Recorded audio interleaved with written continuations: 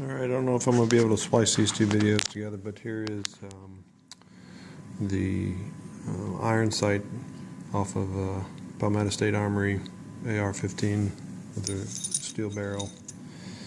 What I did is I cut the Iron Sight off and I machined it or ground it, and it actually looks pretty good.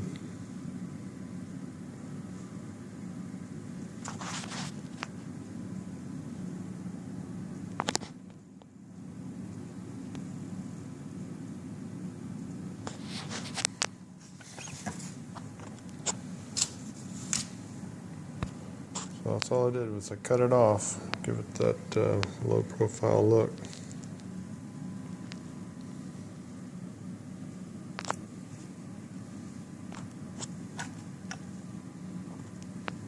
Real happy with the results. Doesn't look goofy, looks different. That's what I was hoping for.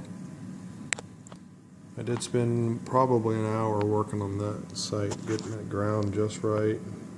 Did use a fixed bench grinder and a 4.5 inch handheld grinder to do some of the cutting. Initially cut the Iron Sight with a hacksaw,